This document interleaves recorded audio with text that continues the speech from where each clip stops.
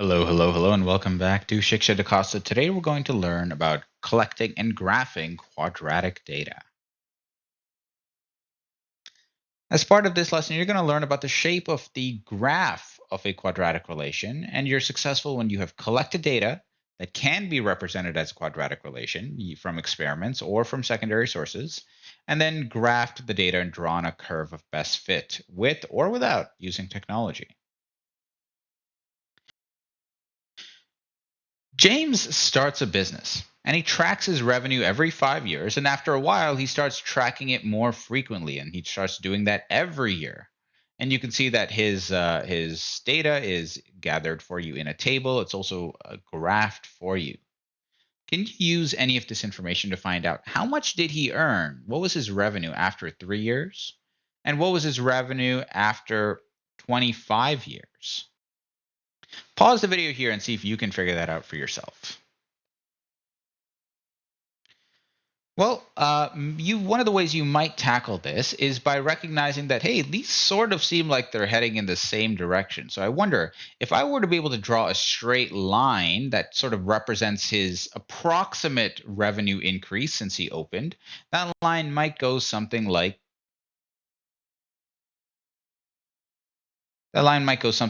this, right? If I place a ruler over here, I can then just draw a straight line along that ruler. And that line represents what we might call the line of best fit. It's a line that best fits all of this data.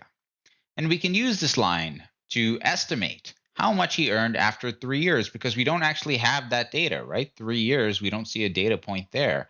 But now that we have this line, we can estimate, okay, if I go up from 3 and I go to the left here, right, there's that point right there. And that looks like it's about a little bit more than 13,000, maybe like 13,200.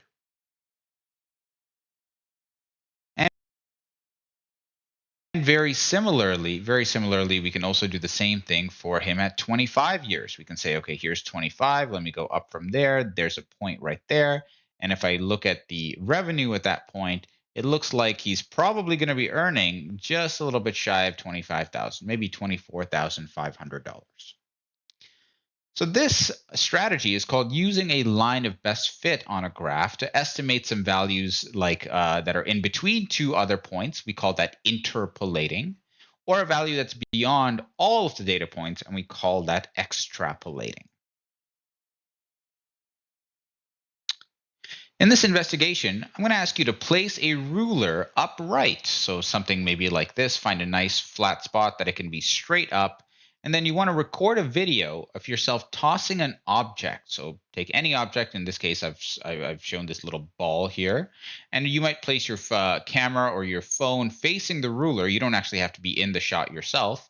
And you just toss this object up, but it must go no higher than the ruler. So if you do end up tossing it above the ruler, then just go ahead and restart that experiment.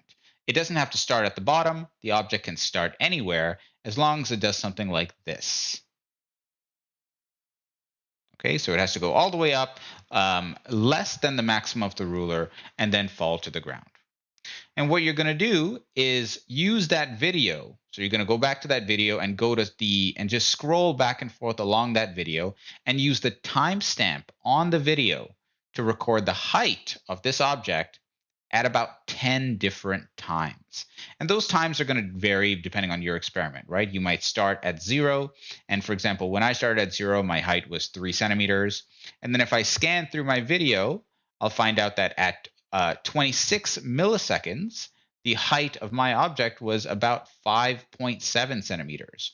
So I'll just pause the video at that point. I'll look at the time and I'll convert that to milliseconds since I threw the ball up. And then I will record the height of the ball at that moment.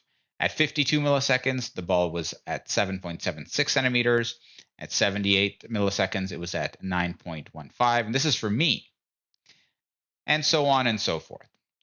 So go ahead and pause the video now and see if you can generate a table of values just like this by throwing an object in front of a ruler and using the ruler as a background to measure the height of it while recording a video. And that way you can pause and get the exact times and the exact heights.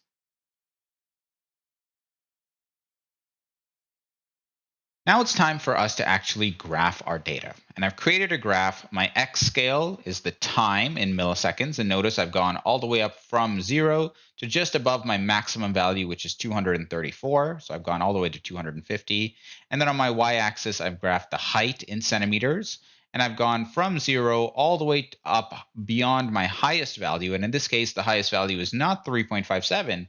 Actually, the highest value here is 9.94.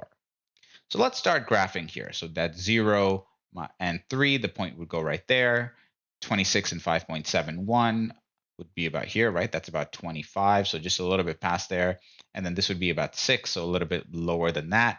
And just like that, I can graph every single one of the points that I calculated or that I observed from my experiment and recorded in my table of values. Now take a look at this graph. What do you notice about it? Pause the video here and see if you can point out a few things yourself. Well, one thing to notice is that my object, it went up, it increased in height for the first few milliseconds, and then eventually got to a sort of a maximum value, and then it started to fall again. And that shape created not a line of best fit, but a curve. So I'll invite you to take a look at your graph and draw a curve that fits your data as closely as possible. When I do that for my own data, I get something that looks like this. This curve is very, very special. Has a special name called a parabola. So as we're studying quadratic relationships, one thing we'll learn is that the graph of a quadratic relation is always in that special curve. It looks sort of like this, or it could even be upside down like this. This is called a parabola. Very similar to linear relations, all quadratic relations go from left to right, and so they will always intersect the y-axis. And so they have a y-intercept. So for example, for this one, it would be right over there, and for this one, it would be right over there. And because a parabola always curves back in the direction which it came, so if it came from the top, it's going to go down, and then eventually it's going to go back up. If it came from the bottom, it's going to eventually turn around and go back down. Because it always curves back, there's always going to be a maximum or a minimum value for the dependent variable, which is usually y. So in this case, we can see the dependent variable is right over here, and in this parabola, dependent variable, the maximum is right over here, and this one has a minimum at -20. In this example, we're going to estimate all the intercepts and the maximum or minimum of this parabola. And I'll invite you to pause the video here and see if you can find all of the intercepts, and there are more than one, that's plural, and if you can determine whether this parabola has a maximum or minimum, and what is that actual maximum or minimum value. Okay, well, hopefully you got a chance to do that.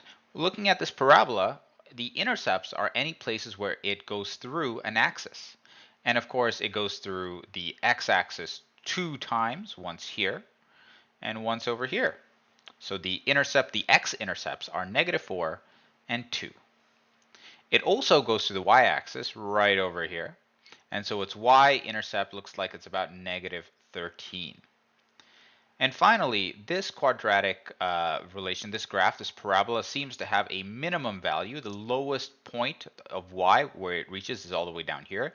You might think, oh, actually it has a maximum too of about 17 or 18, but it actually does not. These arrows indicate that the parabola goes on forever, upwards, infinitely so. So there is no maximum value, but there is a minimum. And that minimum value is right here. It looks like it's at -15. If you like this video, please like, rate, subscribe, and join our mailing list. And you can find this lesson as well as practice questions, solutions, handouts, and more on our storefront. Thanks and have a great day.